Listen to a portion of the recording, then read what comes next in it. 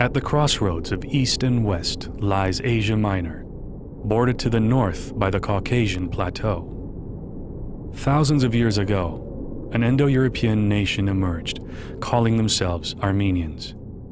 By the Golden Age of Rome, Armenia was a revered ally, or a feared enemy. Being on the paths of trade and war was a blessing and a curse. Armenia was under constant threat of attack. Yet neither Alexander the Great nor any other conqueror could subjugate this stubborn people.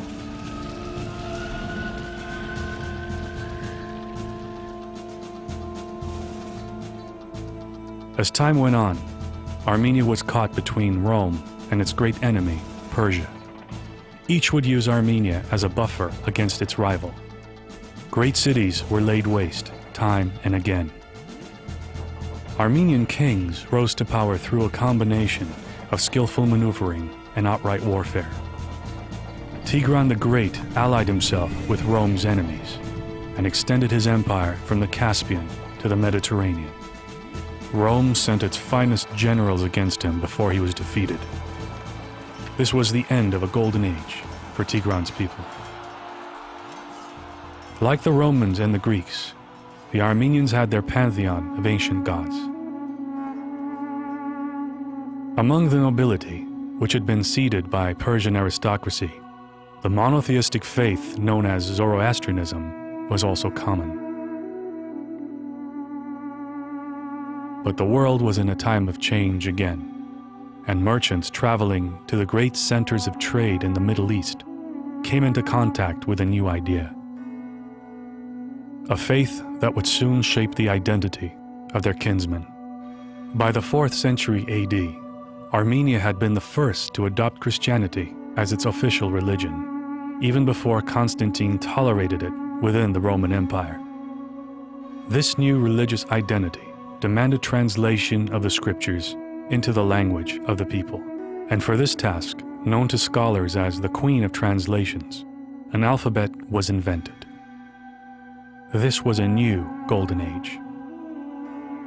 A century later, the people of Asia Minor were caught again between the Roman and Persian worlds. The Persian Shah sought to strengthen his hold over his empire by forcing all Christians to renounce their faith and adopt Zoroastrianism, the Persian religion. This enraged the Armenian nobility.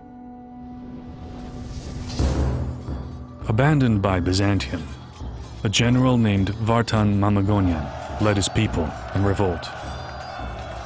It was Armenia's first test as a Christian nation.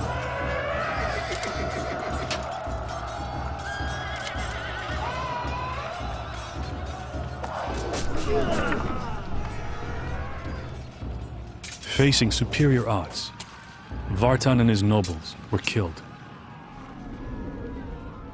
Their wives carried on the fight.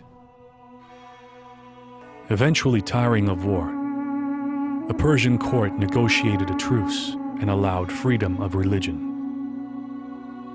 But soon Persia itself would fall under the waves of invasions from the east. Each invader brought greater devastation. The centuries that followed wore away the ancient homeland. Many fled west to the Byzantine Empire. By the medieval age, Byzantium weakened, and the kingdom of Cilicia emerged and prospered. Again, this would only last for a time, for yet another invasion would strike Byzantium. Asia Minor would soon fall under the rule of the Ottoman Empire.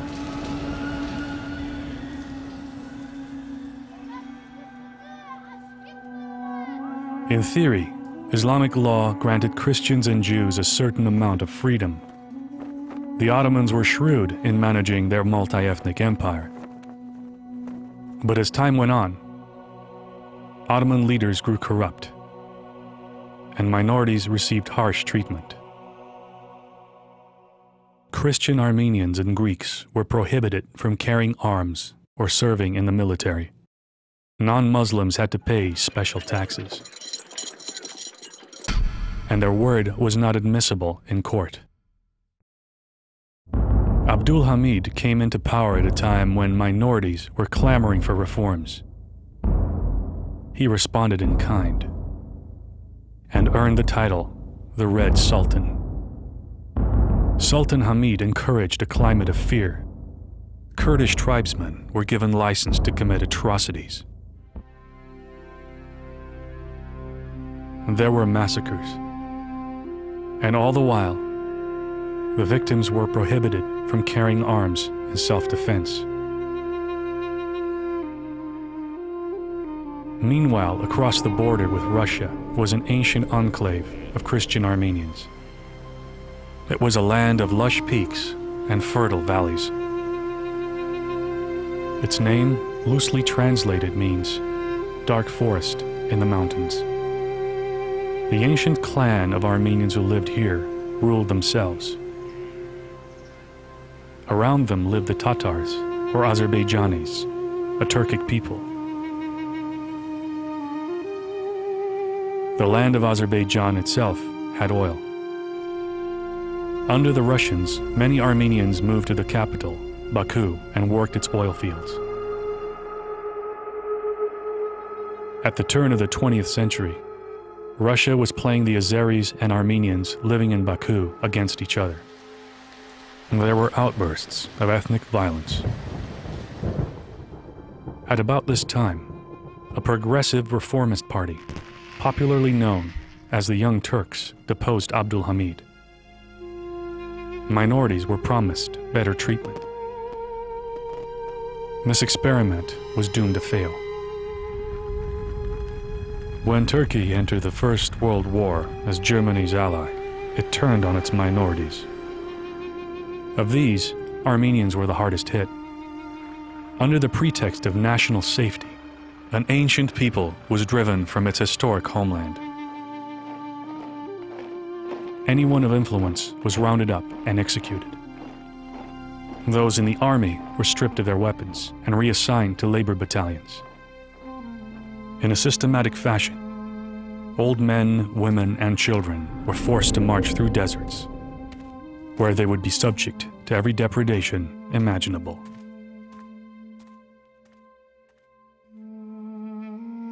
Although there was mounting international protests against the atrocities, the world was at war and did nothing. It was expedient to wipe out an entire nation.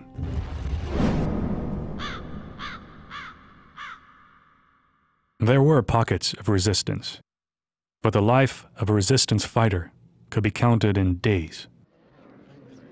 Word of a mass extermination was starting to spread. The Armenian population of Van, learning of an impending attack by the Ottoman military, struck first at the Turkish garrison within its walls. Their defense of Van, however, would be abandoned, and many died during a devastating exodus to Russian Armenia. In 1918, the Ottoman Empire sent its army into Russian territory to finish the job. They were stopped within sight of the Armenian capital and driven back. Within a month, Georgia, Armenia, and Azerbaijan had declared themselves republics. When Turkey surrendered to the Allies at the close of World War I, the West was very aware of the fate of Turkey's Armenian population. The Young Turks, for their part, had fled their country, condemned for their crimes by their own courts. The survivors of the 20th century's first genocide were not safe yet. As the political climate changed again, Turkish nationalism found its new champion.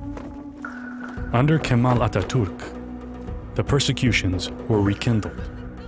Europe abandoned the Christians of Anatolia, and many who had returned to their homes were driven out of the country.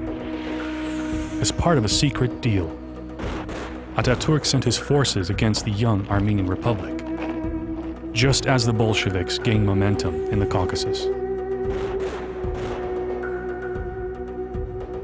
Armenia was a land of famine and poverty. She could do nothing but surrender to communist control. Once he had subjugated the Caucasus, the Soviet dictator Joseph Stalin redrew its borders. Countries were checkerboarded within each other. The Armenians of Karabakh were cut off and placed within Azerbaijan. In the decades that followed, the Armenian population of Turkey was a shadow of its historic self. Turkish nationalists denied the genocide had ever taken place. Russian Armenia was ruled by the Soviets, who tried to suppress its religion and identity. And most other Armenians were scattered to the wind. By the late 1980s, as the Soviet Union began to come apart, Armenian demonstrators protested Azeri and Russian oppression. Their call was for full independence, and that Nagorno-Karabakh be liberated from Azeri rule. The parliament of Karabakh voted itself an independent republic. A few days later, in the Azeri city of Sumgait, Azeri mobs rampaged against the Armenians living there as the Soviet military stood by. Nature added its own touch. Within months, a devastating earthquake leveled cities and killed tens of thousands within Armenia itself. The Soviets did what little they could to help, but they could not stop Turkey and Azerbaijan from blocking relief missions from the outside world. Frustration boiled over. Skirmishes erupted in Karabakh itself. Azeri refugee mobs, driven out by the instability, attacked the Armenians of Baku. The pogroms again raged on unchecked. Hundreds were killed, and both nations experienced a mass exodus. Escalating its ethnic purging, Azerbaijan launched a full invasion of Karabakh. Initially helped by Russian forces, Azerbaijan occupied most of the enclave and surrounded the capital. Stepanakert was bombed mercilessly. 1993, however, saw the tides change.